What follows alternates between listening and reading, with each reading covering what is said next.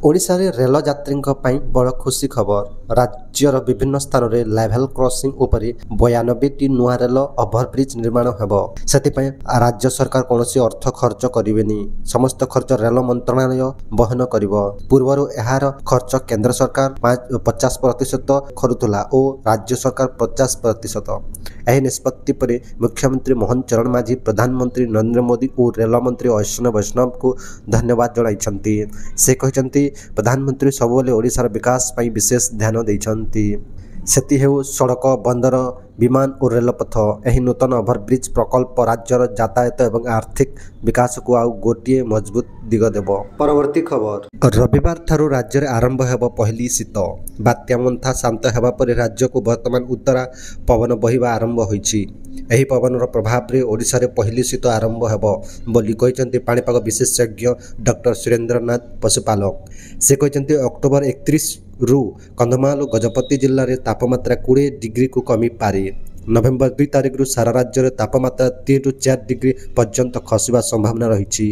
झारसुगुड़ा, राउरकेला और बालीगुड़ा भली अंचल रे रातिर तापमात्रा 15 और 18 डिग्री मध्य रही पारे। भुवनेश्वर तापमात्रा मध्य 20 डिग्री तलक खसिबो बोली अनुमान। एही शीत हाड़ीरू सहित धान फसल रे पोक आक्रमण हेबार संभावना रहिथिबारु चाषी मानकु बिलरु जल निष्कासन करिवाकु परामर्श दैछन्ते डॉक्टर पशुपालक। परवर्ती खबर। भुवनेश्वर रे 1 रु 12 नवेम्बर सुभद्रा शक्ति मेला नारी सशक्तिकरण उत्सव।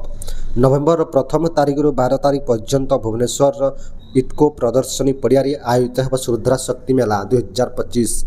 उपमुख्यमंत्री प्रभाती परिड़ा यह संपर्क में सूचना दे कहते एही मेला नारी सशक्तिकरण औद्योगिकतार एक उज्जवल प्रतीक। एठारे ओडिशार समस्त जिला सहित 11टी राज्य को 300 रु अधिक महिला स्वयं सहायक गोष्ठी अंशग्रहण करेंगे। मेलारे हस्तशिल्प, हस्ततंत्र, खाद्य और जंगल उत्पाद देखा मिलिबो।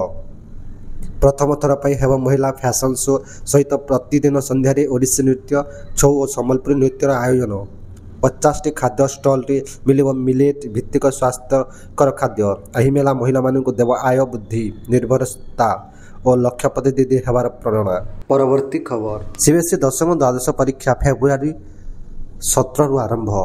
केंद्रीय माध्यमिक शिक्षा परिषद 10वीं और द्वादश श्रेणी थियोरी परीक्षा तारीख घोषणा करिछि। दुही श्रेणी परीक्षा 2026 फेब्रुआरी 17 रु आरंभ हेब। 10वीं श्रेणी परीक्षा मार्च 10 पर्यंत और द्वादश श्रेणी परीक्षा एप्रिल 9 जाए चलिबो। परीक्षा प्रतिदिन पूर्वाह्न 10:30 रे आरंभ हेब। 10वीं श्रेणी प्रतिदिन गणित परीक्षा तापर 18 फेब्रुआरी होम साइंस, 21 रे इंग्राजी एवं 25 रे विज्ञान हेब। द्वादश श्रेणी प्रथम दिन बायोटेक्नोलॉजी, एंटरप्रेन्योरशिप और स्टेनोग्राफी परीक्षा रहिबो। फिजिकल एजुकेशन, फिजिक्स, इकोनॉमिक्स, गणित, इंग्राजी और बायोलॉजी परीक्षा क्रमे हेबो। सीबीएसई जणाइछि जातीय शिक्षा नीति 2020 अनुसार 10वीं श्रेणी 2टी बोर्ड परीक्षा अनुष्ठित हेबो। एथिरे छात्र छात्री माने पूर्ण समय नै प्रस्तुति करि पारिबे। परवर्ती खबर। भारत रे बड़ सुना खणी ठाबो भितरे अच्छी 11 कोटी टन सुना। राजस्थान रे मिलेला बड़ सुना खणी। आदिवासी बहुल बांसवाड़ा जिले में तृतीय वर्ष पर आउ एक गोल्ड माइन आविष्कार होईछि। भूतात्विक सर्वेक्षण जीएसआई तदंत कांकरिया अंचल रे प्राय 1.20 टन सुना थिबा आकलन होईछि। सेति सहित तंबा, कोबाल्ट और अन्य धातु मध्य मिलिछि। नवेम्बर 3 रे सरकार सर्वे पर लाइसेंस देबाकू जाउछि। कांकरिया, डेलवारा एवं डुंगरियापड़ा अंचल तदंत हेब जीएसआई। पूर्व एठारे 114.8 न्यूटन सुना खଣି मिलिथिबा कहिथिला।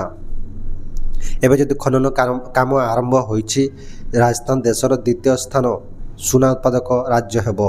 स्थानीय लोक माने एहा फल नियुक्ति सुयोग बढ़िबा बोली आशा करा जाउछि।